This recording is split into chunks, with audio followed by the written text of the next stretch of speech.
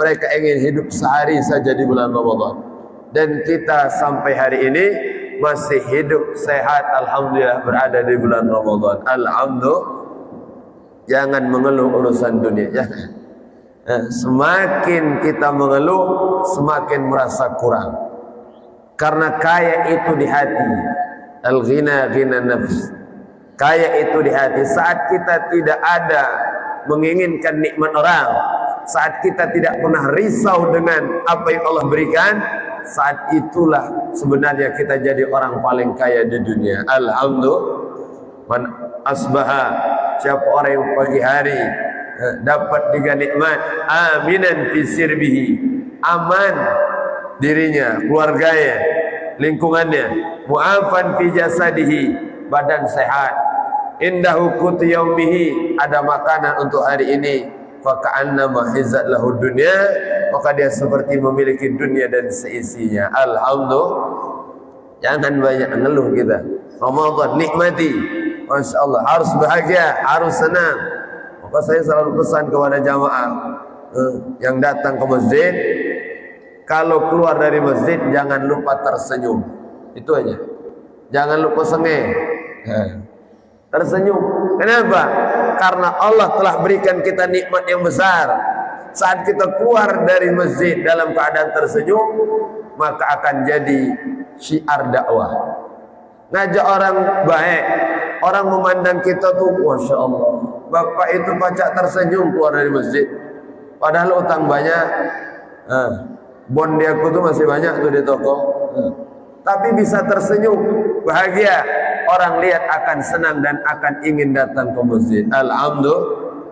Tapi kalau sebaliknya, keluar dari masjid merengut, kening mengkirut, jayang semboyongan, gawe nak marah we, awas rayu, apa kau nyelit-nyelit, marah, orang sungkan, ngapalah mamang itu, betul dari masjid cak sago dia, cak susah dia, jangan-jangan kena marah ustaz di masjid, bahaya itu, jangan, karena ada cara dakwah kita dengan bilhal, hal dengan keadaan, kita tidak ceramah, tidak khutbah, tidak mau'izatul hasanah, tapi dengan tersenyum ternyata bisa jadi jalan dakwah kita.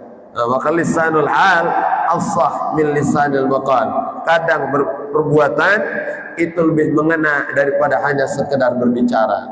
Kita kalau dengan anak-anak kita, tidak usah banyak cerita, tidak usah banyak ngomong. Bawa aja anak kita ke masjid, cukup sudah. Contohkan, itu penting. Maka urusan dunia jangan pernah mengeluh. Alhamdulillah Allah anugerahkan kita. Sesulit apapun masalah kita, pasti Allah akan berikan jalan keluar. Tenang saja, Allah yang akan berikan segalanya. Nabi pernah menyampaikan kepada sahabatnya, ruya an Abdullah bin Mas'ud qala, diriwayatkan dari sahabat Nabi Abdullah bin Mas'ud qala Rasulullah sallallahu alaihi wasallam, dia berkata, telah bersabda baginda Nabi besar Muhammad, apa kata Nabi? Ala u'allimukum kalimat allati takallama biha Musa alaihi salam hina jawazal bahr ma'a bani Israel. Nabi bertanya, maukah kalian aku beritahu, aku kasih ilmu tentang kalimat doa yang dibaca oleh Nabi Musa alaihi salam ketika dia berada di pinggir laut, sungai Nil. Masya Allah, ada di pinggir sungai saat itu, Masya Allah, ma'a Bani Israel, saat bersama dengan Bani Israel, di depan laut, di belakang pasukan Fir'aun.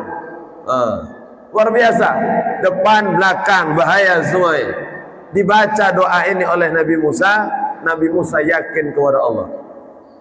Maka dalam tafsir disebutkan, Nabi Musa itu tidak tahu kalau solusi masalah itu adalah terbelah laut. Tidak tahu.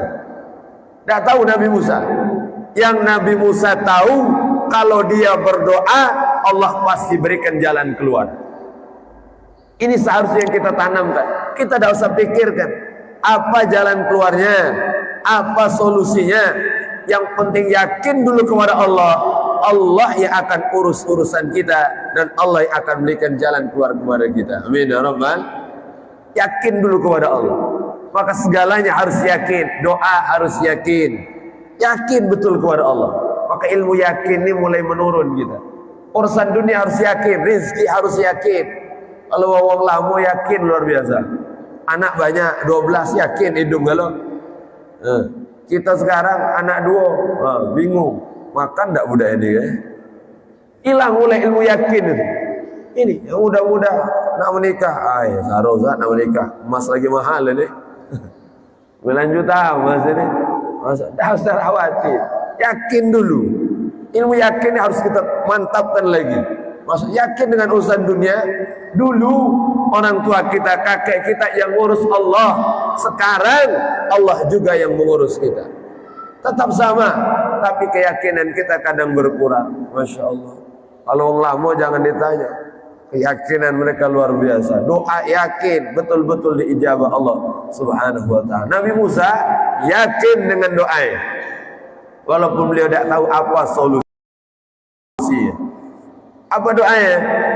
Ketika itu Nabi Musa berdoa, Allahumma lakal hamdu wa ilaikal mushtaka wa antal musta'an wala hawla wala quwata illa billah. Allahumma lakal hamdu ya Allah. Kepada segala pujian ya Allah. Kau yang maha terpuji. Segala puji bagi Engkau ya Allah. Puji Allah. Ini dalam adab berdoa. Adab berdoa itu yang pertama baca hamdalah, memuji Allah dalam doa. 1 puji Allah, 2 baca sholawat, 3 doakan orang tua, yang keempat baru doa kita. Itu adabnya. Puji Allah dulu. Jangan langsung tiba-tiba, ya Allah, mobil ya Allah. Langsunglah itu. Puji Allah dulu, ya Allah.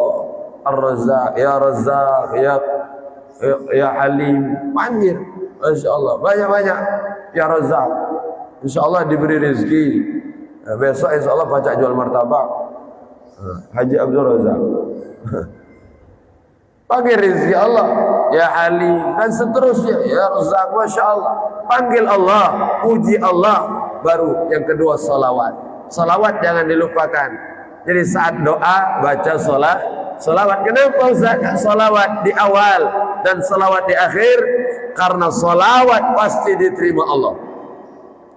Addimis salat ala Nabi Muhammadi faqabulu ahatman bi ghairi taraddudi a'maluna bainal qabuli wa raddiha illa salat ala Nabi Muhammadi. Perbanyak salawat kepada Nabi. Kenapa? Amal kita ini antara diterima dan ditolak. Kita ini salat, puasa, zakat, sedekah antara diterima dan tidak. Harus 2 syaratnya. Ada syarat sah dan syarat diterima. Syarat diterima itu 2. 1, muwafaqatus syar'i, sesuai dengan aturan syariat. Maka amal kita akan diterima Allah sesuai aturan.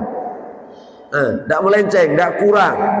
Yang kedua, ada ikhlas di hati. Jadi ikhlas ini penentu amal ibadah kita diterima Allah. Ikhlas. Ada kadang kita sedekah tapi dia tidak ikhlas. Terus urusan hati kita, masa kita paling tahu tentang kita. Salat kurang khusyuk, puasa masih kadang melakukan maksiat. Amal ibadah kita antara diterima dan tidak, karena mungkin ada hal-hal yang bisa menghalangi diterima Allah.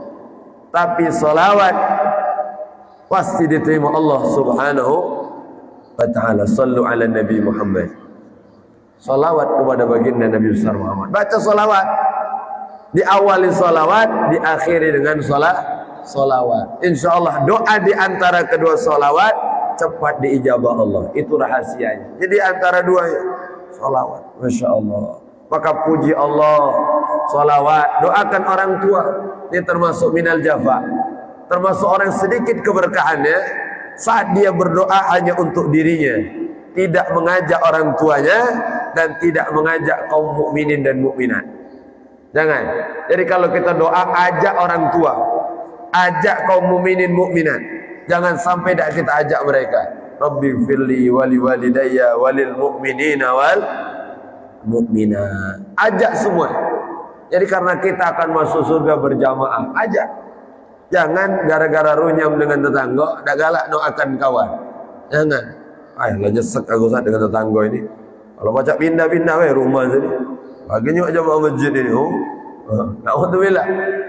Jangan gara-gara mungkin ada sakit hati kita tidak doakan terus. Karena itulah hadiah terindah. Afdalul ihda du'aun yurfa' laka wa anta la ta'lam. Paling indahnya pemberian bukan emas, bukan perak, bukan uang, bukan harta, bukan tanah, tapi doa yang dimunajatkan untukmu sedangkan kau tidak tahu siapa yang berdoa itu. Alangkah nikmatnya kalau kita dapat doa. Ada kawan kita yang malam tahajud doa, ya Allah ampunkan fulan bin fulan itu, ya Allah, ya Allah sayangi dia, ya Allah sahabatku itu, tetanggaku itu. Alangkah nikmatnya. Maka jangan pernah remehkan doa.